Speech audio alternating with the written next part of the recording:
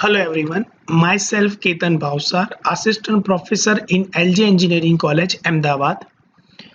In Fundamental of Image Processing and Image Processing, Unit number 2, Image Enhancement in Spatial Domain, topic image sharpening or high pass filter. Basically, when we're talking about image sharpening, then we are dealing with the high frequency content, so we are working on high pass filter or high boost filter. And when we're talking about image smoothing, then we have to deal with the low pass filter or low pass averaging filters. In previous session, we discussed about the filters. As I already told you, we work on the image smoothing based concept, we work on the low pass filter, low pass frequency based filters, and also working on the neighborhood based concept. And neighborhood concept is similar to the filter, because whenever we use a filter, then and only then we use a mask, and the mask is nothing but when we're dealing with the mask, then ultimately we are dealing with a neighborhood image processing. Now today's topic is image sharpening.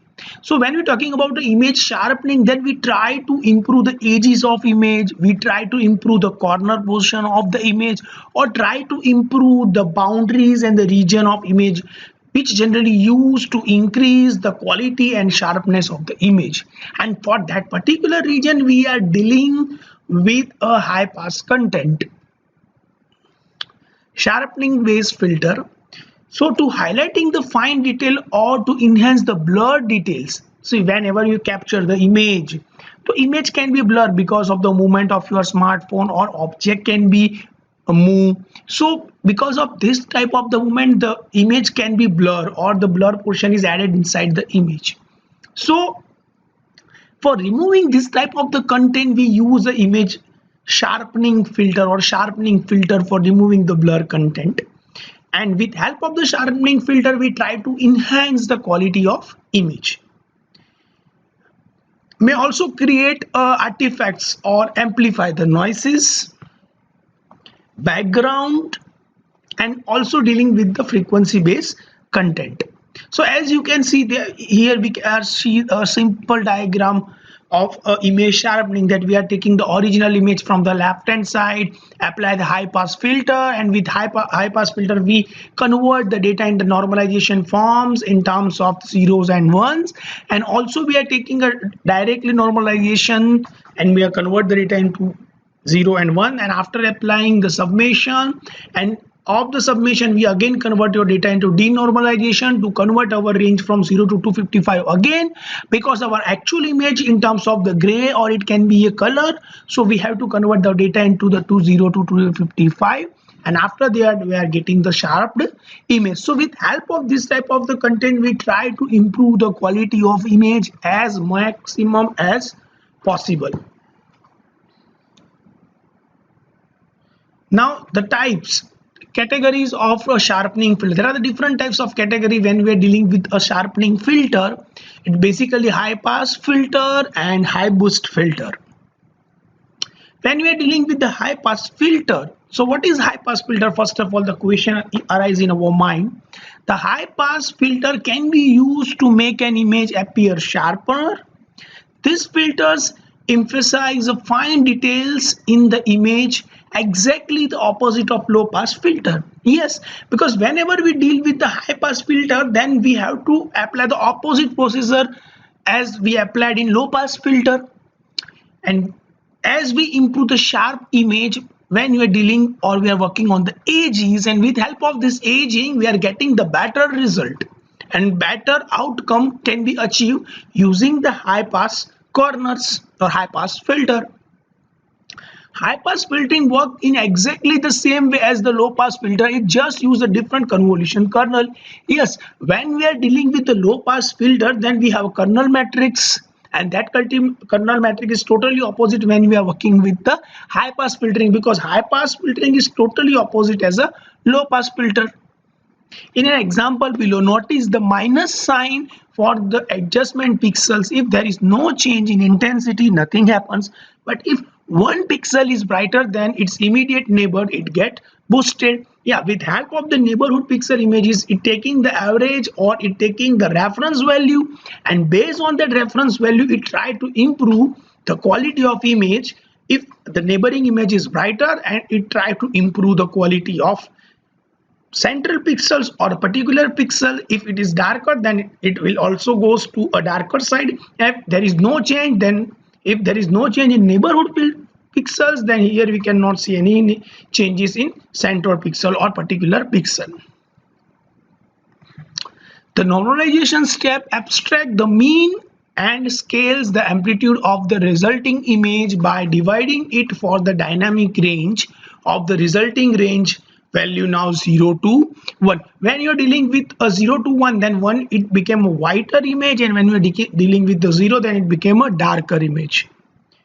For the sharpening to be visible, the sharpened and original image must then be displayed using the same set of the gray level value. Definitely we have to deal with the same gray level value, because whenever we deal with the gray level value, it is ultimately working on a specific resolution image, or it can work on specific content which is low resoluted.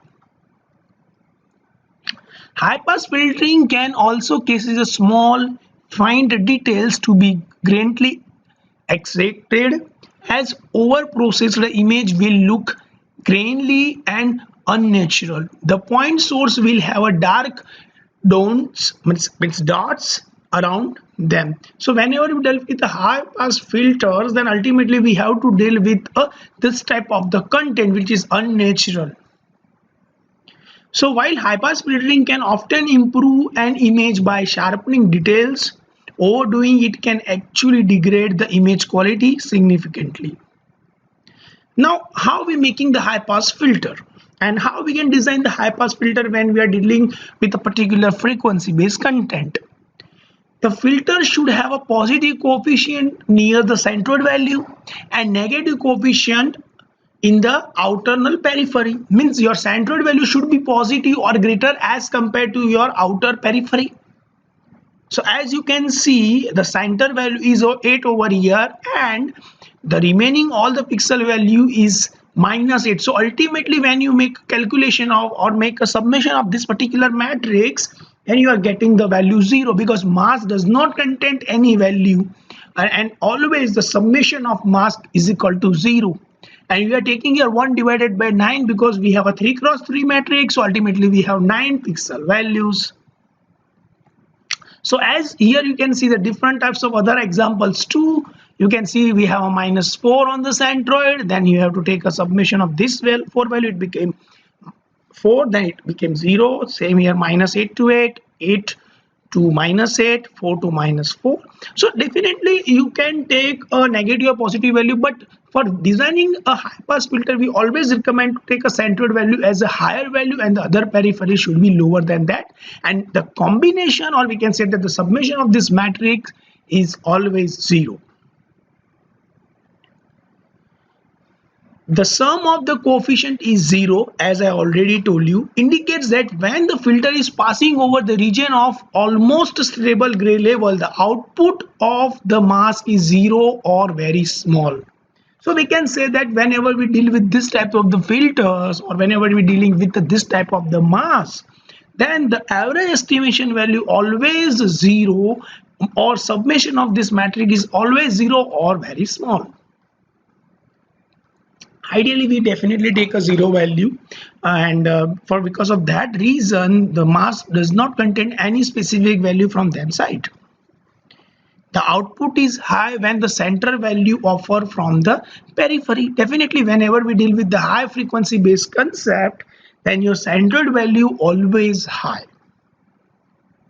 The output image does not look like the original image. Definitely whenever you apply some filters or some mask, then it change in some content or it change some pixels value, but it is not 100% mathematically original image. But as an overall look wise, or on outer null body surfaces, we can say that yeah, it's look like an original image, but in terms of the mathematically it will change a metric coefficient value, or we can say that it change in weight matrix. The output image depletes all the fine details. Some scaling or clipping is involved to compensate for possible negative gray levels after filtering. Yeah, definitely when you are dealing with a filter based concept, then you have to apply some scaling based concept to try to compensate the data and maintain the value as average as possible. So as you can see from this diagram, when we apply the high pass filter, we have one image over here, and after applying the Laplace data or some particular content, you can see it look like this. Means we cannot identify the actual region, but we can see the sharp edges is created on the surface. Now the next topic is high boost filtering. In image processing, it is often desirable to emphasize a high frequency component representing the image details without eliminating the low frequency content such as a sharpening. So whenever we're dealing with the high frequency content, then we are not eliminating the low frequency content, but we have to make a compensation of the particular masking or data to look your image as a high boost filtering, or it look a better way, or we can say that to improve the quality of image in terms of the sharpening point of view. The high boost filter can be used to enhance the high frequency component, but it will not eliminating the low frequency content that I already told you, because low frequency content also contains some informations or data. High pass filter image is equal to low original image minus low pass filter image. If A is an amplification factor, then high boost is equal to A dot original image minus I dot low pass image. So A minus I original plus original minus low pass is equal to high boost content, as you can see. And the difference of this value is also considered as a high pass filter, so we put here high pass filter. So the combination of high pass plus original, we are getting a high boost filter. So as you can see here, one more example, that we are taking the weight matrix over here. W is equal to 9a minus 1, and A is always greater than or equal to 1 to make unsharp content. Here you can take a weight matrix. So the overall weight matrix we are taking here value 8, because the addition of the mask is equal to 0. So to make a mask 0, we have to put here 8, because we have all minus 1, we have minus 1 8, so is equal to minus 8. Now we have to put here 8 to make 8 minus 8 is equal to 0. So we have to take this type of mask when we are dealing with the high frequency or high boost content, and whenever we try to improve the image sharpening or the edges of the particular image. As you can see, after applying this particular content, your images look like this. Because when we're dealing with a high pass filter, so at that same time we are dealing with only a content, or we are dealing with only a frequency based content, we are not added the original content. But now you can see, after adding the original content with a high pass filter, you can see the better edges can be achieved, better brightness can be achieved, better corners can be achieved with a high boost filtering. It depends on your application, it depends on your requirement, it depends on your specific content. We have to use a different types of filters, but it's totally based on you that which type of filter that we have to select or we have to work. So I hope you like this session, and we are getting the idea about high pass filter and high boost filter. If you have any doubt or you have any query related to the high pass filter or high boost filter, so you can contact me.